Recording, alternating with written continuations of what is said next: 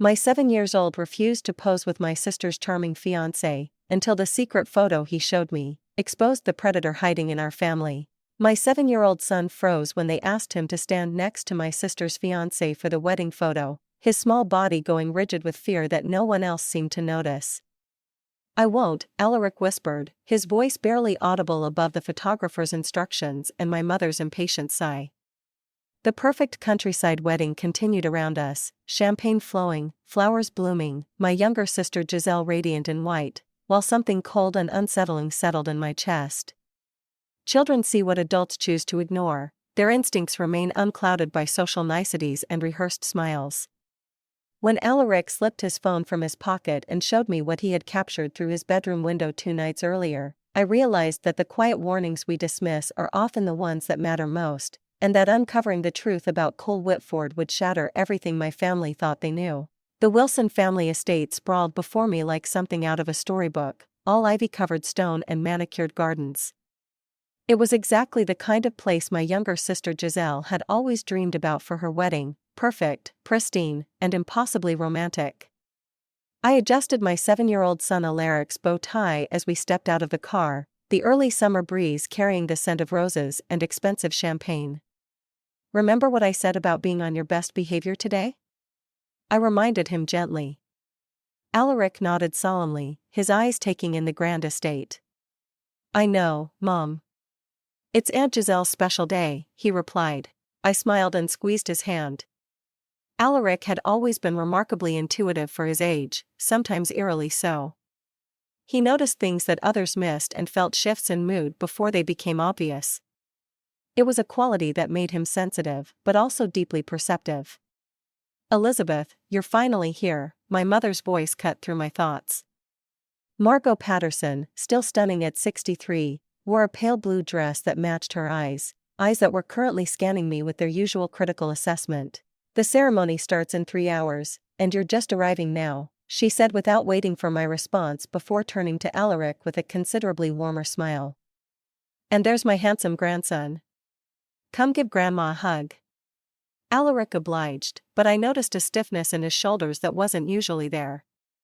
My mother had always made it clear that Giselle was her favorite, the beautiful, vivacious daughter who followed her path into interior design, while I became a practical school counselor and single mother. The pecking order had been established long ago. "We're exactly on time, Mother," I said, keeping my voice even. The invitation said 2 p.m. for family arrival. She waved a dismissive hand. "Giselle has been asking for you. She's in the East Wing getting ready, and do something about your hair before the photos, dear." As she glided away to greet other arriving guests, I took a deep breath. One day, just one day, I needed to get through without letting her barbs sink in too deep. "Mom," Alaric tugged at my hand. "Who's that man watching us?" I followed his gaze to the terrace where a tall figure stood, observing the arriving guests. Cole Whitford, my sister's fiancé of 6 months, was undeniably handsome, with a carefully cultivated appearance that suggested old money and expensive taste, dark hair, piercing blue eyes, and a smile that never quite reached those eyes. "That's Uncle Cole, remember? We met him at Christmas." Alaric frowned. "I don't like him." "Alaric," I chided gently, "that's not a nice thing to say. You barely know him. He looks at people funny, like he's pretending." Before I could respond, Cole spotted us and waved, making his way down the stone steps toward us.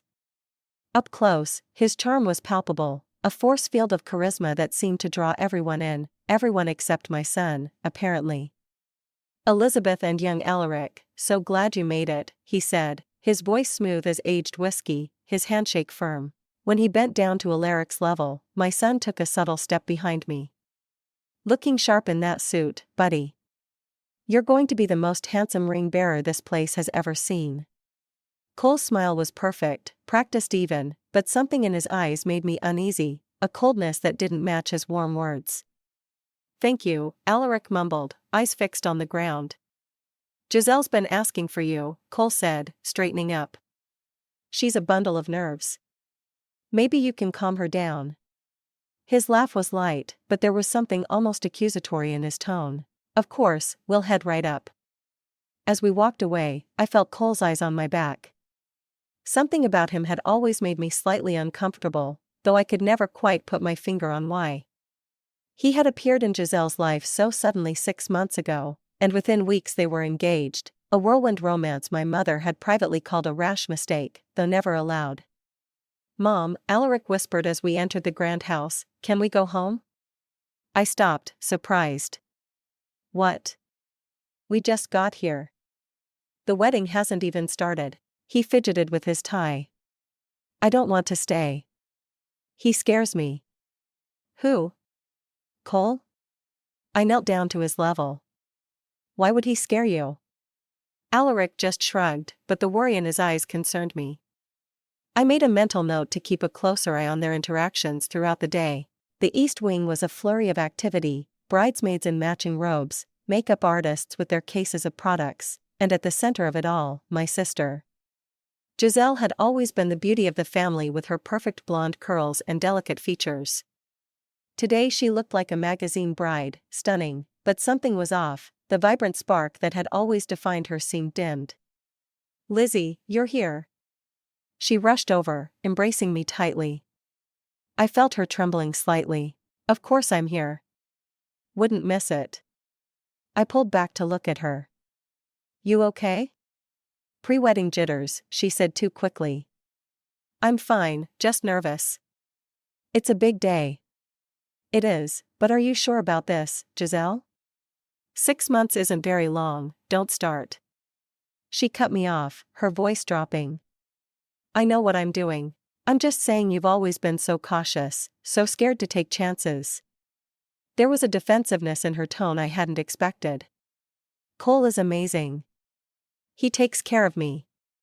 He knows exactly what I need." Before I could respond, one of the bridesmaids called her over for a touch-up. I set my purse down on a side table and pulled out my phone to check the time. Alaric tugged at my sleeve again. "Can I go explore, please?" I hesitated. "Stay where I can see you, okay? And don't touch anything." While Alaric wandered around the perimeter of the room, examining the ornate furniture and wedding decorations, I tried to catch another moment with Giselle. The sister I knew was spontaneous, sometimes reckless, always laughing. This version of her seemed rehearsed, watchful.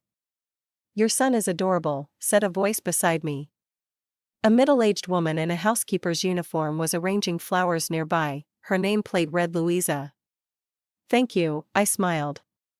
"He's quite the character." She glanced around, then leaned slightly closer. "Watch him closely," she said in a low voice. "I'm sorry, not your son." "Him, the groom." Her eyes held a warning.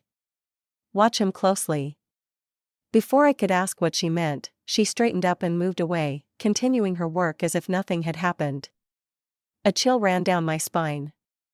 I tried to brush it off. People love drama, especially around weddings, but combined with Alaric's unease, it left me unsettled.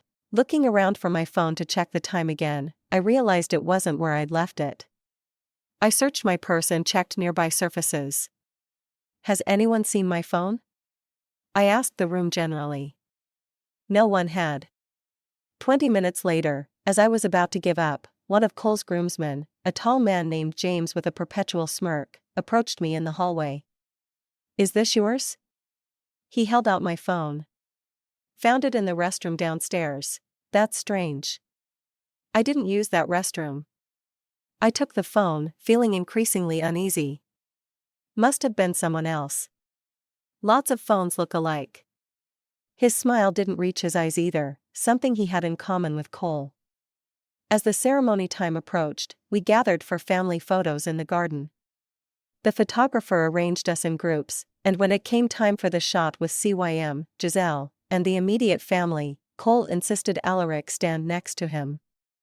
"The ring bearer should be front and center with us," he said, placing a hand on Alaric's shoulder. That's when it happened. Alaric froze completely, his small body going rigid. "No," he said quietly but firmly. "I won't stand next to him."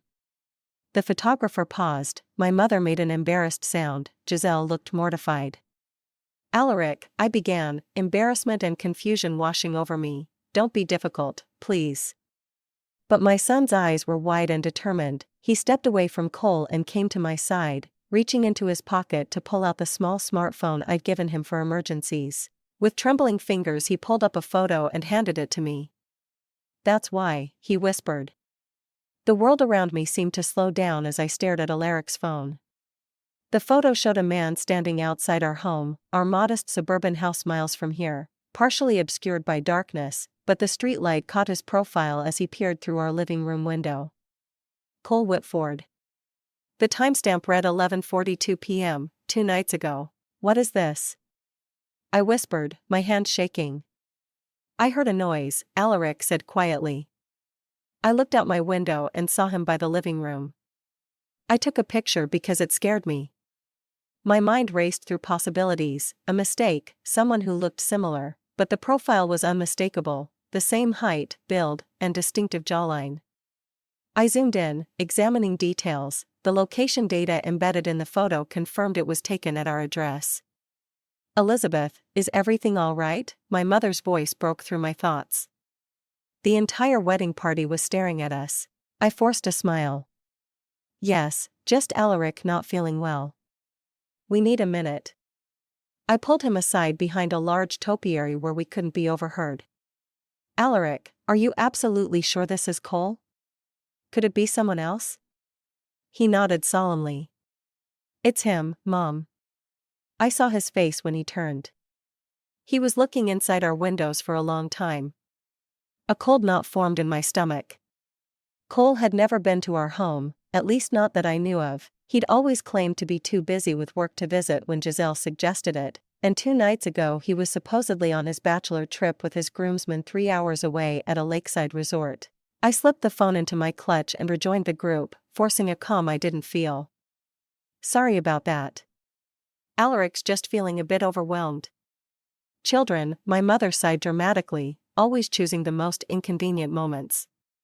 The photographer suggested we continue with different groupings, and I used the opportunity to approach Cole directly. He was chatting with one of his college friends, nursing a glass of champagne. "Cole, can I have a word?" His smile was immediate, practiced. "Of course, sister-in-law-to-be." I led him a few steps away. "This might sound strange, but have you ever been near Meadowbrook, the suburb where Alaric and I live?" His expression didn't waver. "Meadowbrook? I don't think I've ever even passed through it." "Why do you ask?" The lie came so smoothly that for a moment I doubted myself. Maybe it wasn't him in the photo, but Alaric was so certain. "No reason," I said, matching his casual tone. "Giselle mentioned you might have picked something up for her there once. Must be thinking of somewhere else." He glanced at his watch. "Speaking of Giselle, I should check on her. Less than 2 hours until I'm a married man." His laugh was hollow, rehearsed. As he walked away, I scanned the gardens for Louisa, the housekeeper who had warned me. I found her arranging flower displays near the reception tent. "Excuse me, Louisa, could I speak with you for a moment?" She looked around cautiously before stepping closer. "Yes, ma'am." I showed her the photo on Alaric's phone. Her face drained of color, and she quickly looked away. "You know something," I pressed. "Please tell me what's going on." "I shouldn't say anything," she whispered. "I need this job. This is my sister we're talking about, and that's my home he was looking into. My son's bedroom is right there." Louisa hesitated, then spoke so quietly I had to lean in. "This isn't the first time he's watched people. Before he was with your sister, I worked at the Blackwell estate where he was a guest. The daughter there said similar things, that he would appear places he shouldn't be." "What happened to her?" "Nothing, thank God. Her father caught on and threatened him. He disappeared after that." She straightened up suddenly, her eyes fixed on something over my shoulder. "I have to go." I turned to see Cole watching us from the terrace, his expression unreadable. When our eyes met, he raised his glass in a mock toast.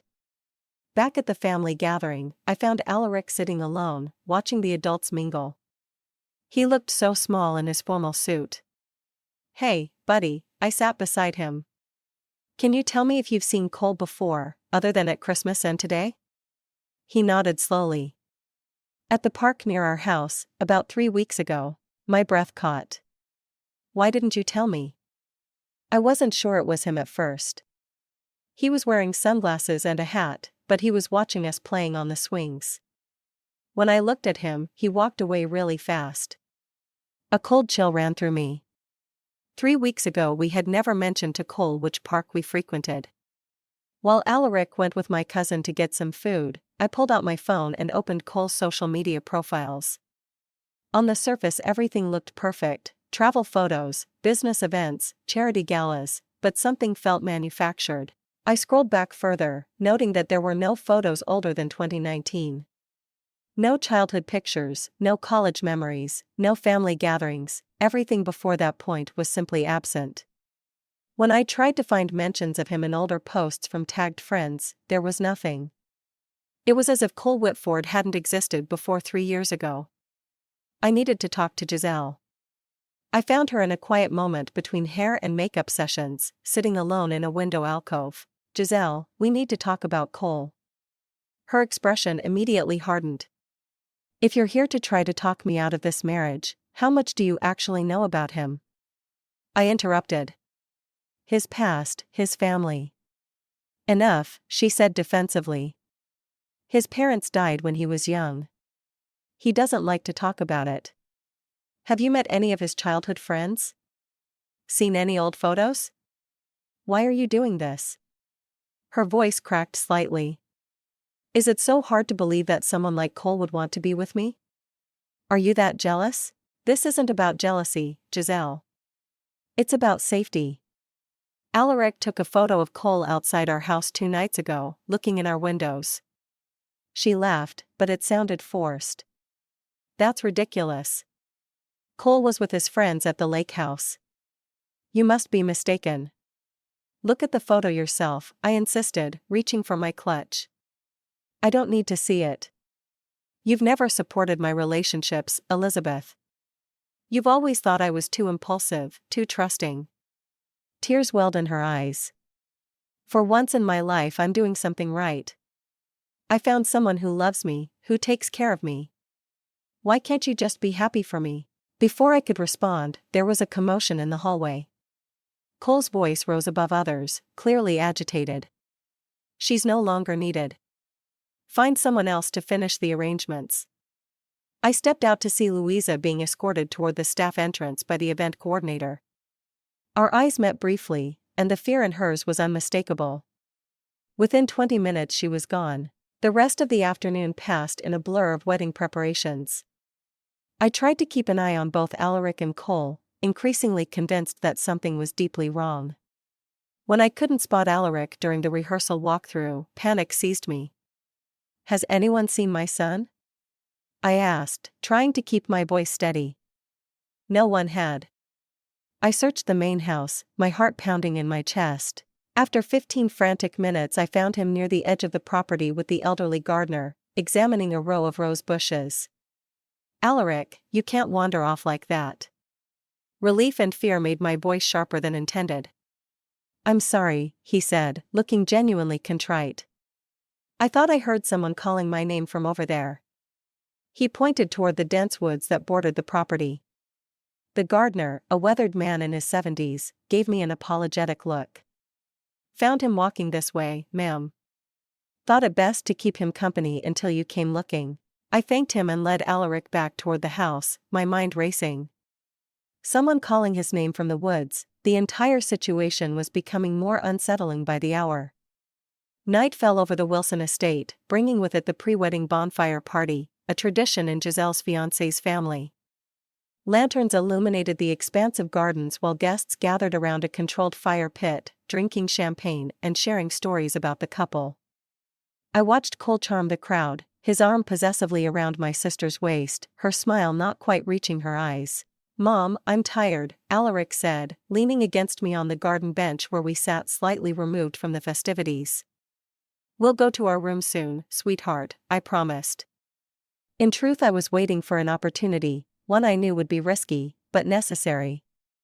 That opportunity came when Cole's business partner called him over to meet some important guest, and my mother whisked Giselle away to introduce her to distant relatives. With everyone distracted by alcohol and conversation, I turned to my cousin Alice, who had always been my closest ally in the family. "Can you watch Alaric for an hour? There's something I need to do." Alice raised an eyebrow but nodded. "Everything okay, Liz? You've seemed on edge all day." "Just wedding stress," I lied. "I need to finalize my maid of honor speech. Too noisy in my room." He didn't believe me, I could tell, but Alice had always respected boundaries. "Sure thing. Alaric and I can raid the dessert table, right, buddy?" Alaric looked hesitant to leave my side but eventually nodded. "Be careful, Mom," he whispered as he hugged me goodbye.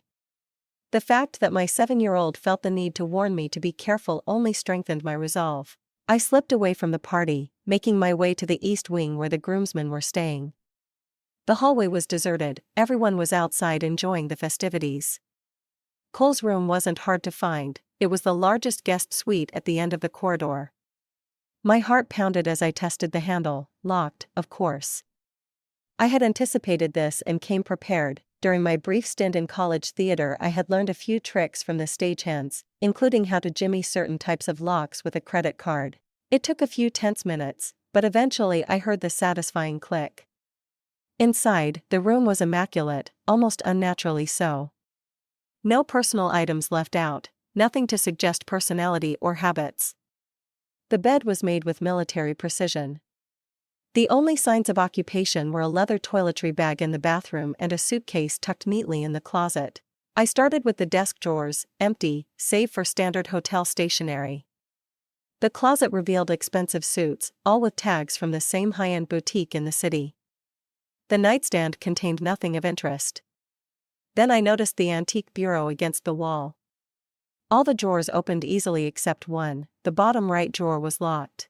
Unlike the door, this was a real lock that required a key.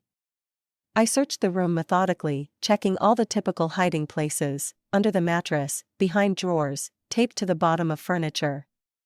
Nothing. I was about to give up when I noticed the toiletry bag in the bathroom had a small zippered compartment on the side. Inside was a single key. With trembling fingers I unlocked the drawer. Inside was a leather-bound journal and a stack of documents. I didn't have time to read everything, but I snapped photos of several pages with my phone. The journal entries were cryptic but disturbing, observations about Giselle, about her potential and malleability. One entry read, "Becoming a problem, too observant. The boy as well. Elizabeth Patterson, me." As I continued searching, a folded newspaper clipping fell from between the journal pages. It was from a Vermont local paper dated 8 years ago. The headline read, "Local woman still missing after 3 months." I scanned the article quickly, my blood running cold when I read, "Last seen with an unidentified man described as tall, dark-haired, well-dressed, and exceptionally charming." There was no photo of the suspect, but the description matched Cole perfectly. I photographed the clipping and carefully replaced everything exactly as I had found it, locking the drawer and returning the key to its hiding place. As I prepared to leave, I checked the suitcase one last time and discovered a hidden compartment in the lining. Inside was a driver's license with Cole's photo but a different name, Elias Brentwood. The address listed was in Vermont, the same town mentioned in the newspaper article. I photographed this as well, then slipped out of the room, making sure to lock the door behind me. My hands were shaking so badly I could barely hold my phone as I made my way back downstairs. Outside I spotted the gardener who had found Alaric earlier. He was collecting empty glasses from the garden tables, away from the main crowd. Something about his calm demeanor made me approach him. "Excuse me," I said quietly. "Do you know what happened to Louisa, the housekeeper who was let go today?" He glanced around before answering. "She used to work at another estate, Blackwell Place, about 50 miles from here. Did something happen there?" "She's seen things," he muttered. "Things about your sister's fellow. She warned the last one too." "The last one?" He nodded grimly. "Another young lady, blonde, like your sister. Pretty. It didn't end well." Before I could ask more questions, a commotion erupted from the main terrace. Giselle had collapsed during a toast. Guests crowded around her as my mother fanned her face dramatically. Cole knelt beside her, the picture of a concerned fiancé, but I caught the flash of annoyance in his eyes before he masked it with worry. Just wedding stress and too much champagne, the family doctor declared after a brief examination. He was a friend of my parents who happened to be a guest. Let her rest and she'll be fine for tomorrow. Cole carried her upstairs to her suite, refusing all offers of help. I followed at a distance, using the confusion to slip into her room once Cole had been ushered out by my mother's insistence that the groom shouldn't see the bride before the wedding. Now Giselle was lying on the bed, her complexion pale but her eyes alert. When she saw me she tried to sit up. "Lizzie, I'm fine, really. Just got lightheaded." I sat on the edge of the bed. "Giselle, I need to show you something." I pulled out my phone, but before I could show her the photos I noticed something on her arm, a dark bruise partially hidden by her sleeve. "What happened there?" I asked, gesturing to the mark. She quickly pulled down her sleeve. "Nothing, I bumped into a door." "Giselle, please talk to me. What's really going on?" Her carefully composed facade cracked, tears welled in her eyes as she looked toward the door, as if afraid someone might be listening. "He gets controlling sometimes," she whispered. "If things aren't perfect, if I talk to people he doesn't approve of, has he hurt you?" I asked, my voice barely audible. She didn't answer directly. "He took my phone once for 2 weeks. Said I was too distracted by social media, that I wasn't focusing enough on us." Her voice trembled. "He checks my messages, wants to know where I am, who I'm with all the time. He's isolated me from most of my friends. Why are you marrying him, Giselle?" She wiped away a tear. "Because I'm afraid of what he'll do if I don't." I showed her the photographs I'd taken, the journal entries, the newspaper clipping, the driver's license with a different name. "Oh my God," she breathed. "Who is he?" "I don't know, but we need to find out." At dawn the next morning I slipped out to meet Louisa, who had contacted me through the gardener. We met in the greenhouse at the far end of the property, away from prying eyes. "His real name is Elias Brentwood," she confirmed when I showed her the driver's license photo. "There's a sealed arrest warrant for him in Massachusetts, domestic violence and stalking charges that were dropped when the victim disappeared." "How do you know all this?" "My niece was dating him 3 years ago, before your sister. He was using a different name then too. When she tried to leave him, things got bad." Louisa's eyes darkened with the memory. "We helped her disappear, new identity, new state." She's still looking over her shoulder. I called my old college roommate Jennifer, who now worked in cybercrime for the state police. I sent her Cole's photo and everything I had found. "Give me a few hours," she promised. "I'll see what I can dig up." The wedding preparations continued as scheduled. Makeup artists arrived, florists put final touches on arrangements, caterers prepared elaborate displays. Through it all I kept Alaric close and watched Cole. He was playing the role of excited groom perfectly, but occasionally I caught him watching me, calculation in his eyes. The pre-wedding brunch was underway when my phone vibrated with a call from Jennifer. I stepped away to answer it. "Elizabeth."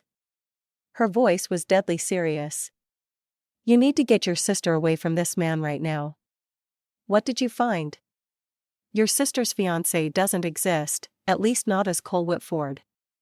But Elias Brentwood is wanted for questioning in connection with a pattern of manipulative, dangerous behavior across 3 states, stalking, identity fraud, psychological abuse, and the missing woman in Vermont, still missing. And she's not the only one. There's a pattern here," Jennifer continued. "He finds vulnerable women, usually from wealthy families, creates a whirlwind romance, isolates them, then either extorts money or worse." "What do I do?" "I've contacted local authorities. They're sending officers, but it will take them at least an hour to reach that remote location. Until then keep your distance from him but don't let on that you know anything. And Elizabeth, be careful. Men like this are most dangerous when they're exposed." I hung up and turned around to find Cole standing directly behind me, his trademark smile now thin and cold. Interesting call, he asked, his voice deceptively casual.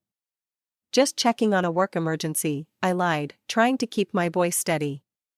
You know, he said, stepping closer, I've always admired your protective instincts, Elizabeth, for Giselle, for your son. His emphasis on Alaric sent a chill down my spine. But some people just don't know when to back off. Before I could respond, the wedding planner called for Cole. The photographer wanted some pre-ceremony shots with the groomsmen.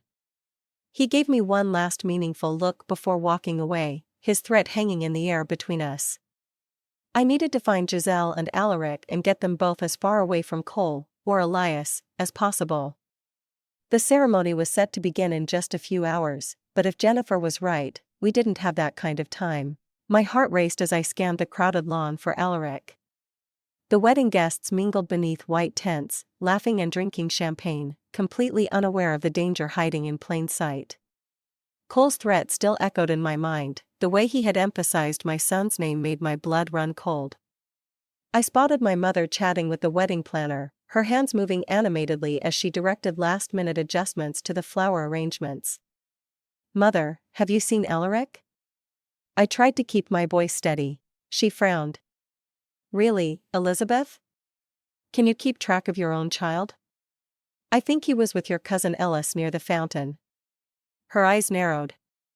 "What's wrong with you today? You look positively ill." "Just wedding jitters for Giselle," I said, already moving away. I found Ellis by the ornate stone fountain, but Alaric wasn't with him. "He was here 5 minutes ago," Ellis said, concern creeping into his voice. "He said he was going to find you." A knot formed in my stomach. "And you let him go alone?" "He just went toward the house, Liz." I watched him until he was inside. "What's going on?" I lowered my voice. "Cole isn't who he says he is. His real name is Elias Brentwood, and he's wanted in multiple states. I need to find Giselle and Alaric and get them out of here." Ellis stared at me, processing this information. Unlike the rest of the family, he didn't immediately dismiss my concerns. "What can I do? Help me find them. And if you see Cole, don't let on that anything's wrong." We split up, Ellis to search for Giselle, me to find Alaric. The estate was massive with countless rooms and corridors. I checked our guest room first, then the kitchen, then began systematically working through the first floor, panic building with each empty room. When I reached the library, I heard voices, one of them unmistakably Alaric's. I slowed my approach, listening. "You're a smart kid, you know that?" Cole's voice was soft, almost friendly, but with an underlying edge. "Smarter than your mom, I think." "My mom is really smart," Alaric replied, his voice small but defiant. I peered through the crack in the door. Cole was sitting in a leather armchair. Alaric stood awkwardly before him, his posture rigid, hands balled into fists at his sides. "Smart enough to figure out who I am?" Cole laughed softly. "I don't think so. But you saw me that night, didn't you?" "Outside your window." Alaric said nothing. "It's rude not to answer when adults ask you questions," Cole said, his tone hardening. "Did you take that picture of me?" I pushed the door open before Alaric could respond. "There you are," I said, forcing brightness into my voice. "We've been looking everywhere for you." Cole's expression shifted seamlessly from threatening to welcoming. "Elizabeth, just having a little man-to-man chat with Alaric here, getting to know my new nephew. Alaric, your grandmother is looking for you." "Something about ring-bearer duties," I lied easily. "Why don't you go find her?" For a moment I thought Cole might object, but he simply leaned back in his chair, studying me with those cold eyes. Alaric hurried to my side and I gently nudged him toward the door. "Go on, sweetheart. I'll be right there." Once Alaric was out of earshot, Cole's facade dropped. "He's quite the observant little boy. Takes after his mother that way." "Stay away from my son," I said, keeping my voice low. "Or what?" His smile didn't reach his eyes. "You'll cause a scene at your sister's wedding? Tell everyone your paranoid theories? Who do you think they'll believe, the successful businessman who's made your sister happier than she's ever been, or the jealous older sister who's always been second best?" I know who you really are, Elias. If I had hoped to rattle him, I was disappointed. He merely raised an eyebrow. Interesting theory. Giselle mentioned you had an overactive imagination. He stood, straightening his expensive suit jacket. The ceremony is in 2 hours. You should focus on your maid of honor duties instead of these delusions. As he brushed past me, he paused. By the way, I've arranged for Giselle and me to leave immediately after the reception, a private plane to the Maldives. Just the two of us, far away from interfering family. Won't that be nice? The implication was clear. Once he and Giselle were isolated, she would be entirely at his mercy. I had to act fast. I found Alaric with Ellis by the kitchen entrance. Stay with Ellis, I instructed him. Don't go anywhere alone, not even to the bathroom. Understand? He nodded solemnly. Mom, Cole asked me weird questions about the picture I took. I know, sweetheart. You did exactly the right thing by taking that photo. I hugged him tightly, then turned to Ellis. Don't let him out of your sight. And find my mother, keep her occupied. I need time to talk to Giselle alone. Jennifer called again, Ellis said quietly, handing me my phone. She says the police are 30 minutes out. 30 minutes, too long if Cole decided to accelerate his plans. I found Louisa and the gardener William near the greenhouse. I need your help, I said without preamble. We need to create a distraction, something to get everyone outside and away from the main house. William's weathered face creased in thought. There's an old water pipe near the barn. Been meaning to replace it. One good knock with a wrench and it'll spray everywhere. They'll have to move the reception tables. Perfect. Do it in 15 minutes. I need time to get to Giselle first. Louisa touched my arm. Be careful. Men like him, when they feel cornered, they're unpredictable. I know. That's why I need one more favor. I described what I needed and she nodded grimly.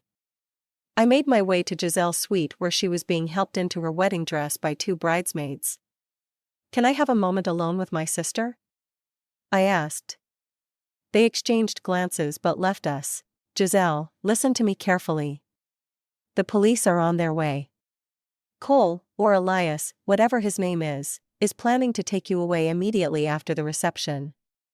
Once he has you alone, I know, she interrupted, her voice surprisingly steady. I heard him on the phone last night. He was talking about a plan B if things go sideways. He said no one would find us.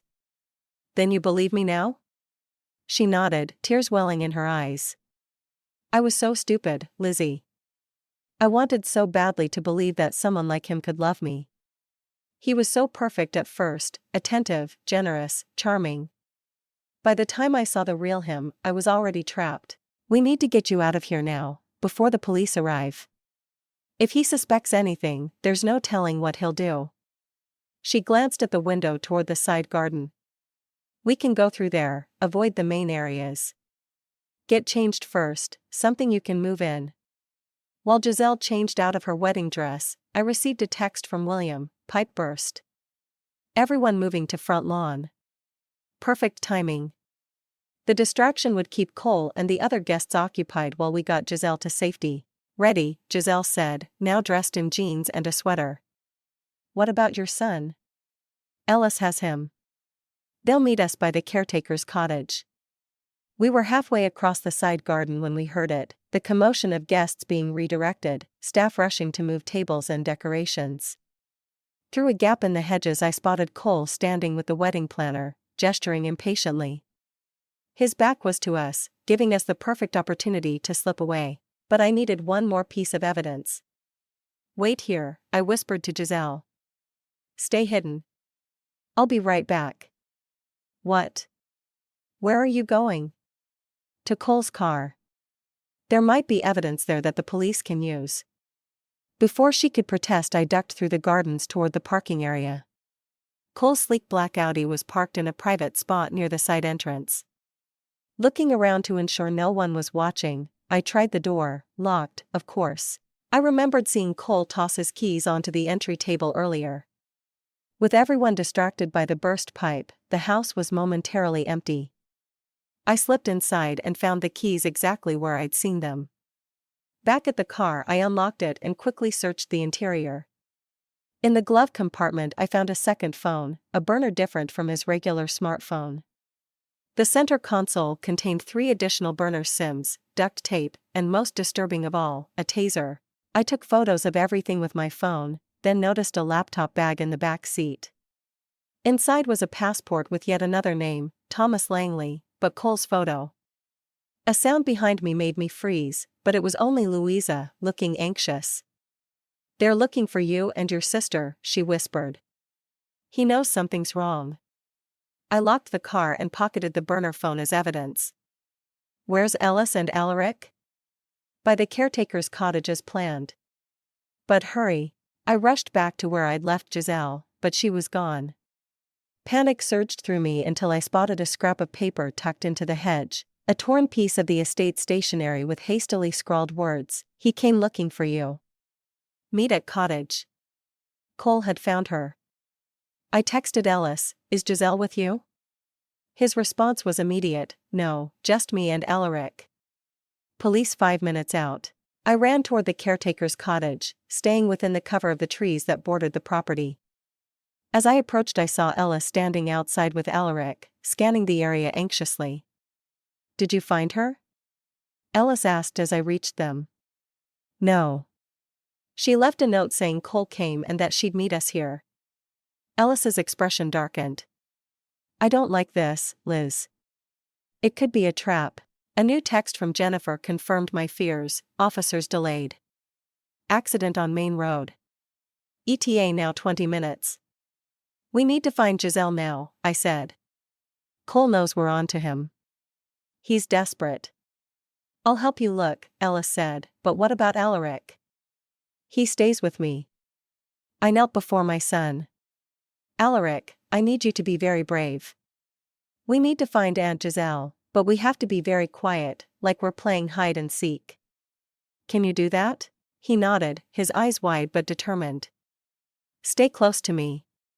If I tell you to run, you run to those police cars when they arrive. Understand?" "Yes, Mom." The 3 of us began searching the grounds, moving away from the main commotion. The estate's vast property bordered a dense wooded area to the north, a perfect place to disappear. "Look," Alaric whispered, pointing toward the tree line.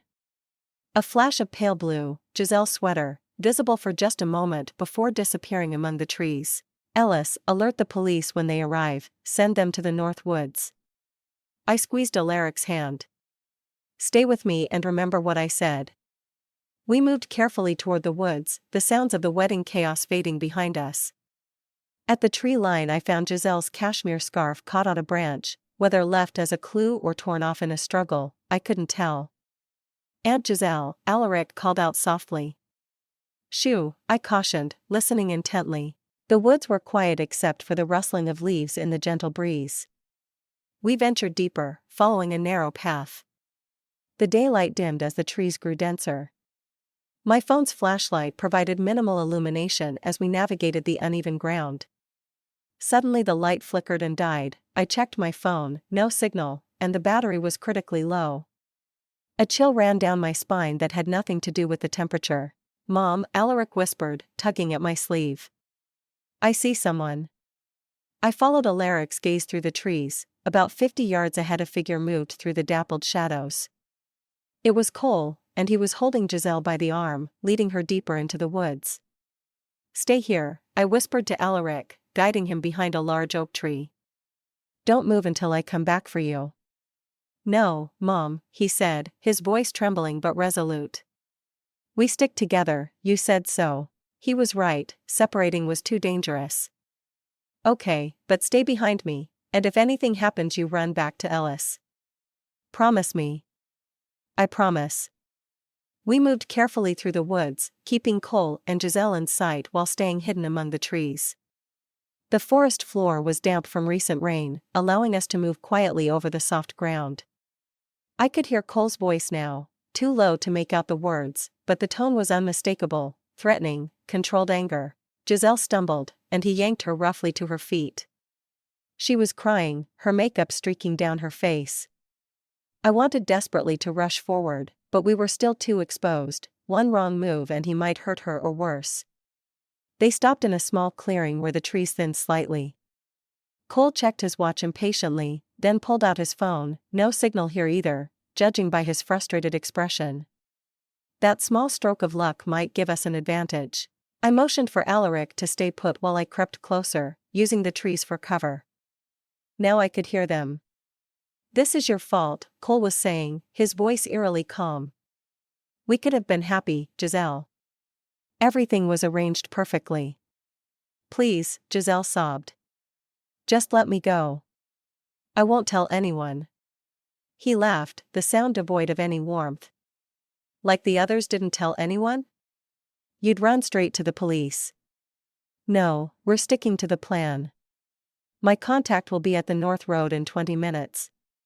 By the time your family figures out you're really gone, we'll be on a private plane to a place where no one will find us." I needed to create a distraction, something to separate them so I could get to Giselle. Looking around, I spotted a heavy branch that had fallen from a nearby oak. I picked it up, testing its weight. "Alaric," I whispered, returning to where he waited. "I need you to do something very brave. When I count to 3, I want you to run to that big rock over there, then to the next tree, make noise. Let them see you for just a second, then hide. Can you do that?" His eyes were wide with fear, but he nodded. "Once Cole moves away from Giselle, I'll get her. Then we all run back to the estate. The police should be there by now." "I'm scared, Mom." "I know, sweetheart, but you're the bravest person I know. Remember how you took that picture? You saved us then.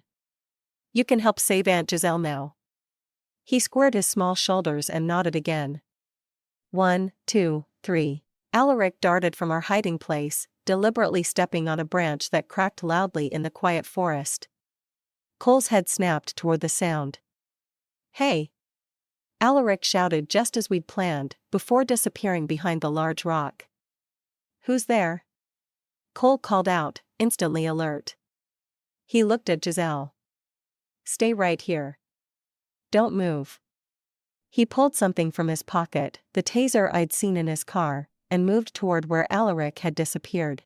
The moment Cole was a few yards away, I emerged from my hiding place and rushed to Giselle, clamping my hand over her mouth to stifle her surprised cry. I pulled her behind a thick tree trunk just as Cole turned back to check on her. "Giselle?" His voice was sharp now, anger replacing the earlier control. "Giselle." I pressed my finger to my lips and Giselle nodded, her eyes wide with fear and hope. Keeping low, we moved through the underbrush toward where Alaric was hiding. "Alaric," I whispered as loud as I dared. "It's Mom, come out." His small face appeared from behind the rock, relief washing over his features. He ran to us and I pulled him close. "We need to move quickly and quietly, back toward the estate." But Cole had heard us. "Elizabeth," he called, his voice echoing through the trees. "I know you're out there. Bring my fiancé back and we can talk about this like adults." We froze, trying to pinpoint his location. His voice seemed to come from everywhere and nowhere at once, bouncing off the trees. "You're smarter than this," he continued, his tone conversational now. "What's your plan?" "The police? They won't believe you. I'm a respected businessman with a spotless record. Cole Whitford has never even had a parking ticket." He was moving as he spoke, circling around, trying to flush us out. We crouched lower, using a fallen log for cover. "You know what they'll see?" His voice was closer now. "A jealous sister trying to ruin her siblings' happiness. A mentally unstable woman with a history of bad relationships projecting her failures onto others." I felt Giselle tense beside me. Cole had clearly fed her information about me, building a narrative he could use if necessary. "And your son," Cole said, his voice dropping to a chilling softness. "You're smarter than your mom, aren't you, Alaric? You saw me that night. You knew something wasn't right." Alaric's grip on my hand tightened. "I had to get him out of here." The snap of a twig behind us made me turn. Cole stood there, taser in hand, a cold smile on his face. "There you are," he said, as casual as if we'd been playing a game of hide-and-seek. "Family outing in the woods. How nice." I pushed Alaric and Giselle behind me, facing Cole directly. "It's over. The police know everything. They're on their way, are they?" He seemed genuinely amused. "Even if that's true, we'll be long gone by then." He took a step closer. "Now Giselle is coming with me. You and the boy can go back to your sad little lives, for now." "That's not going to happen." His expression hardened. "You ruined everything, again." "Again?" The word caught me off guard. "You don't remember me, do you? Hampton University, 2007. You were dating my roommate. I asked you out and you laughed, said I was trying too hard, that I seemed fake." His eyes glittered with old hatred. "You were the first one who saw through me. And now you've done it again." I stared at him, memories flooding back, a college party, a persistent guy who wouldn't take no for an answer. I had forgotten him completely, but apparently he had never forgotten me. "You've been planning this, all of it. Giselle, the wedding, because of a rejected date 15 years ago? You're a loose end I should have tied up long ago. When I found out the pretty blonde I met at the charity gala had a sister named Elizabeth Patterson, it seemed like fate." His smile was terrible to behold. "Two birds, one stone, I get your sister, and I get to destroy your life in the process. You're insane." "I prefer to think of it as dedicated." He raised the taser. "Now step aside." I tensed, preparing to fight, knowing it would be futile but unwilling to give up. But before either of us could move, a shout came from behind Cole. "Police! Drop your weapon!"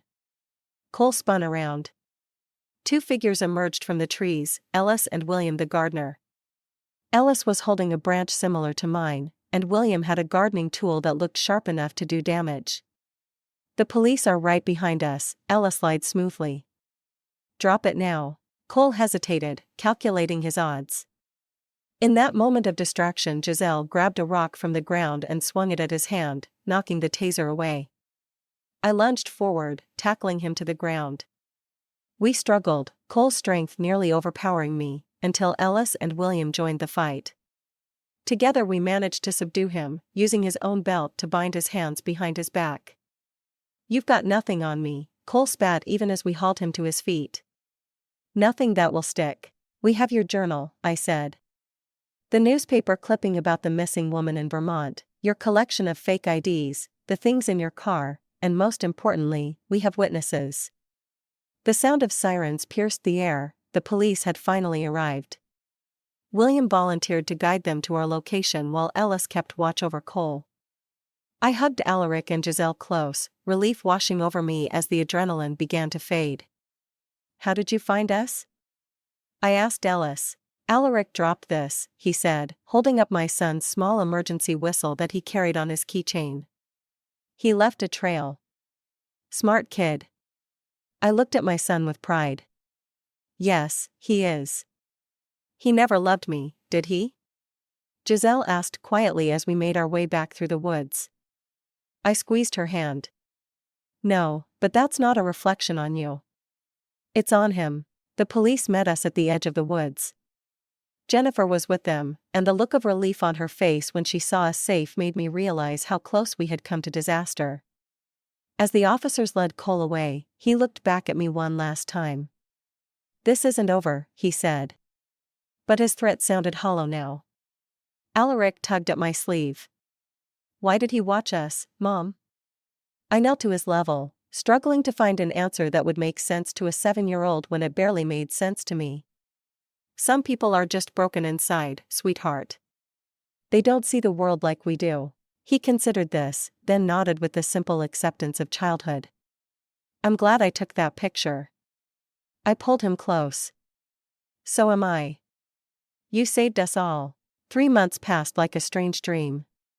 The wedding that never happened became a distant memory, though the fallout continued to ripple through our lives. Alaric started therapy, not because he was traumatized, the therapist explained, but to give him tools to process what he had experienced. He's remarkably resilient, Dr. Mitchell told me after their fourth session. Today he drew this. She showed me a crayon drawing of the forest, dark trees with spots of sunlight breaking through. In the center stood a small figure, Alaric, facing something shadowy and large. At the bottom, in his careful 7-year-old handwriting, he had written, "This is where I learned I was brave." I tucked the drawing carefully into my bag, another piece of evidence that children are often stronger than we give them credit for. Giselle retreated from public life in the aftermath. No social media, no charity galas, no fashion shows. She rented a small cabin near a lake in Vermont, a deliberate choice, she told me, to reclaim something Cole had tainted. Her letter arrived on a Tuesday morning, her familiar looping handwriting filling 3 pages. "I'm sorry," she wrote, "not just for not listening when you tried to warn me, but for everything before that too, for always needing to be the center of attention, for always needing to be the one everyone applauded. I never realized how much that need for validation made me vulnerable to someone like him." She went on to describe her healing process, the therapy she had started, the small garden she was planting. "I'm learning to be alone with myself," she wrote. "It's terrifying and freeing all at once." The investigation into Cole, or Elias, as he was now officially known in the court documents, expanded rapidly. Jennifer kept me updated as new information emerged. 2 other women from different states came forward with similar stories. They had nearly married him too, under different names. One in Washington state, another in Florida, both had narrowly escaped. "Would you be willing to speak with one of them?" Jennifer asked me over coffee one day. "The woman from Maine, she's still struggling with what happened, and I think it might help her to talk to someone who understands." I agreed, and a week later I sat across from Natalie Burton in a quiet corner of a small cafe. She was younger than me, maybe 30, with the watchful eyes of someone who had learned to be constantly vigilant. "I almost didn't come," she admitted, clutching her coffee cup like a lifeline. "I still get panic attacks in public places, always checking to see if he somehow found me again." "I understand," I said, and I did.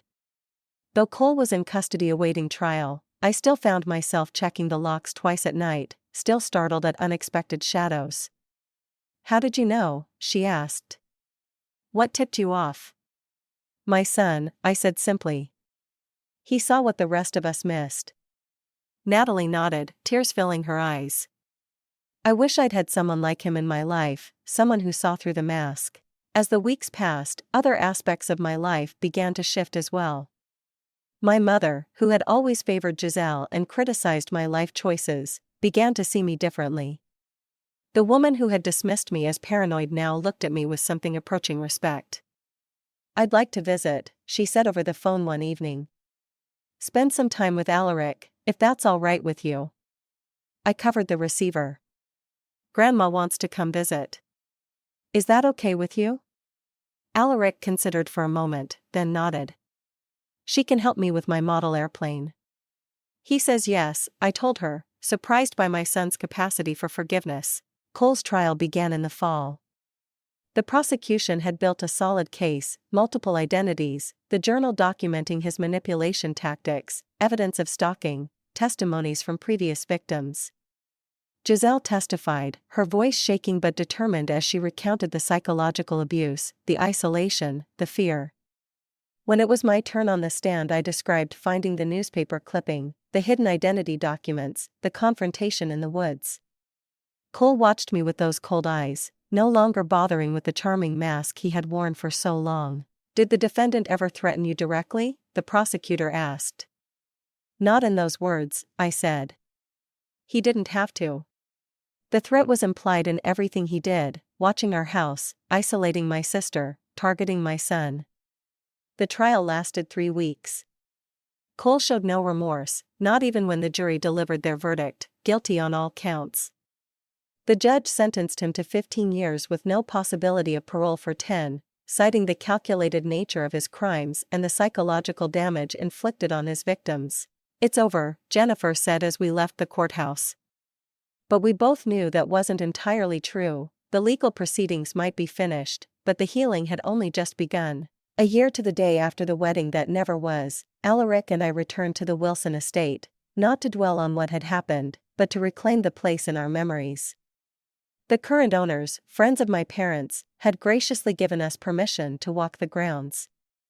The gardens were different now, replanted with wildflowers instead of the formal arrangements I remembered.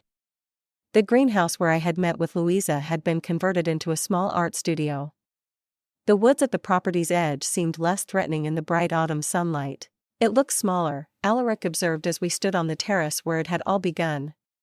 "Places often do when you revisit them," I said, "especially places where scary things happen." He nodded thoughtfully, then reached into his pocket and pulled out a small package wrapped in tissue paper. "I have something for you." Inside was a framed photograph, the last one taken at the wedding before everything unraveled. It showed our family grouped together, tension visible now that I knew what to look for. Alaric had written across the bottom in his best handwriting, "This saved us." I kept it to remember, not the scary parts, but the part where I was brave enough to show you the truth. I hugged him close, marveling at his wisdom. "I'm so proud of you." Giselle joined us that evening at her hotel. She looked healthier than I had seen her in years. Her face had lost the pinched anxiety that had become so familiar during her time with Cole. There was a new confidence in the way she carried herself. "I'm moving back to the city next month," she announced over dinner. "I've been offered a teaching position at the design school." "That's wonderful," I said, genuinely happy for her. "I couldn't have done it without you," she said, reaching across the table to squeeze my hand. "You didn't just save me from him, Lizzie, you saved me from myself." Later that night, after Alaric had gone to bed, Giselle and I sat on the hotel balcony, watching the stars appear one by one. "Do you think there were others?" she asked quietly. "Other women we don't know about?" "Probably," I admitted. "Jennifer says men like him rarely stop until they're caught." She nodded, absorbing this. "I keep thinking about all the warning signs I ignored, all the red flags that seemed romantic at the time, the whirlwind courtship, the lavish gifts, the way he wanted me all to himself." "You can't blame yourself," I said. "He was a master manipulator." "I know, but I should have trusted you, trusted myself too." There were moments when I knew something was wrong, but I pushed those feelings away. We sat in companionable silence for a while, the night air cool against our skin. "Alaric asked me something today that I couldn't answer," I finally said. "He wanted to know why some people pretend to be something they're not." Giselle considered this. "What did you tell him?" "That sometimes people wear masks because they don't like what's underneath. That Cole, Elias, whoever he really was, had probably been pretending for so long that there might not be a real person left beneath the disguise." "That's sad," Giselle murmured. "Yes," I agreed, but also a reminder of how important it is to be authentic, even when it's difficult. The next morning, as we prepared to return home, Alaric stood at the hotel window watching the sunrise paint the sky in shades of pink and gold. "Mom," he said without turning around, "I'm glad I don't have to feel afraid anymore." I joined him at the window, putting my arm around his shoulders. "Me too, sweetheart." As we drove away, I thought about how often the most important warnings in life come not from blaring sirens or flashing lights, but from quiet observations, a child's intuition, a housekeeper's whispered caution, the subtle discomfort we feel when something isn't right. Sometimes it's not the loudest warnings that save your life. It's the quiet ones, the ones whispered by someone who is still small enough to see what adults refuse to.